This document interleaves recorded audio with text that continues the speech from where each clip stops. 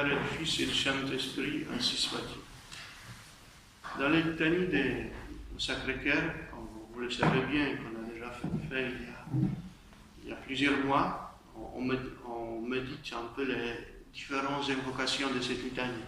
Donc aujourd'hui, je voudrais m'arrêter sur le cœur de Jésus, victime des pécheurs. On est évidemment tous pécheurs.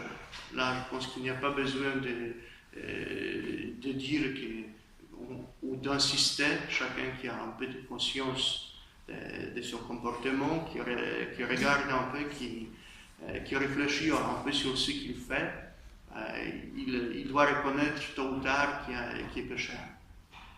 Et dans cette évocation, on dit que le Christ est victime, donc on ne dit pas sacrifice, on utilise un mot qui en latin, victima, ça veut dire quelque chose de plus large, non seulement un sacrifice qu'on donne,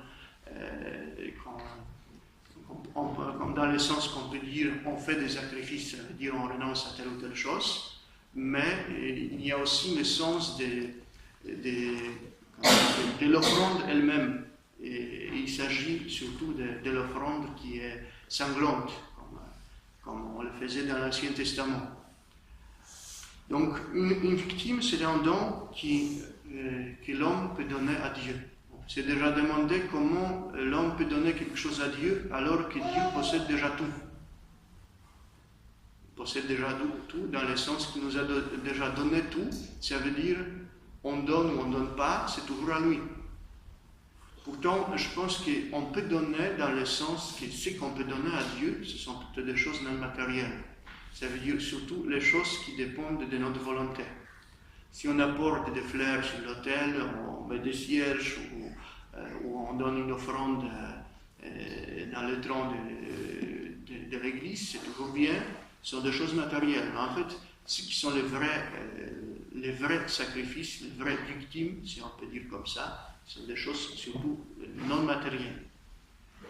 Et nous savons que ce que nous avons le plus précieux, c'est la vie. C'est la vie. Et c'était déjà quelque chose qui était découvert en fait assez tôt. Ça veut dire qu'on s'est rendu compte que déjà on ne sait pas si quelqu'un est mort, on ne sait plus revenir à la vie, au moins avec nos forces propres. Pareil pour un animal, pareil pour une plante même. Ça veut dire une fois la vie est reprise, on ne peut pas retourner en arrière, on ne peut pas la redonner, etc. Donc cette idée est au fond de ce mouvement, ou plutôt des actions posées par les Israélites. Ça veut dire qu'ils apportaient, des animaux au temple où on les égorgeait et on les brûlait sur un autel. Aujourd'hui, comme nous, les chrétiens, nous pensons sur tout cela, on peut penser que le temps de Jérusalem, donc un seul lieu où les Juifs pouvaient faire leur sacrifice, c'était une sorte de grande boucherie où on rentrait, on sentait déjà un peu l'odeur du sang, l'odeur de la chair brûlée qui est quand même un peu désagréable, qu'on laissait. Il suffit d'essayer de brûler un plat à la maison, on sait que ce n'est pas quelque chose d'agréable. Pourtant, les Israélites le faisaient justement parce qu'ils pensaient que la vie, c'est quelque chose qui appartient à Dieu. Ça veut dire quelque chose qu'on a le plus précieux. Ça veut dire si on veut donner quelque chose vraiment précieux à Dieu, on donne la vie. Pourtant, ils se sont rendus compte assez rapidement, et puis Dieu lui-même il disait qu'il n'attend pas des sacrifices des hommes. Dans l'Ancien Testament, on trouve plusieurs fois des critiques sur le peuple qui donnait des sacrifices humains, en particulier à une divinité qui s'appelait Moloch. Donc aujourd'hui, on parle parfois des grands bâtiments, etc., qui sont des Moloch. À l'époque, on parlait de Moloch comme divinité à qui on sacrifiait en fait les enfants. Les enfants, c'est ce qui était bien cruel parce que les peuples voisins des Israélites pensaient qu'en sacrifiant la vie d'un jeune, donc la vie qu'on considérait encore plus précieuse que la vie d'un certain qui est déjà avancé en âge, on donne à Dieu quelque chose de vraiment précieux. Évidemment, avec l'arrivée des Juifs et puis développer de la pensée sur la moralité, on s'est rendu compte qu'en sacrifiant la vie, on ne sait pas si on fait vraiment bien ou pas tellement bien. Ça veut dire que c'était un peu, on s'est rendu compte que c'est un peu un cadeau qu'on donne à quelqu'un qui n'a pas besoin. Je ne sais pas, au mariage, aujourd'hui, c'est de plus en plus à la mode de faire une liste pour les jeunes qui ont besoin de telle ou telle chose. Mais il y a encore quelques décennies, les gens venaient en masse et donnaient souvent les mêmes choses. Ça veut dire que, bon, moi je ne suis pas marié, donc je n'ai pas tellement d'expérience, mais j'imagine que ceux qui sont mariés, ils savent qu'ils ont peut-être même reçu à leur mariage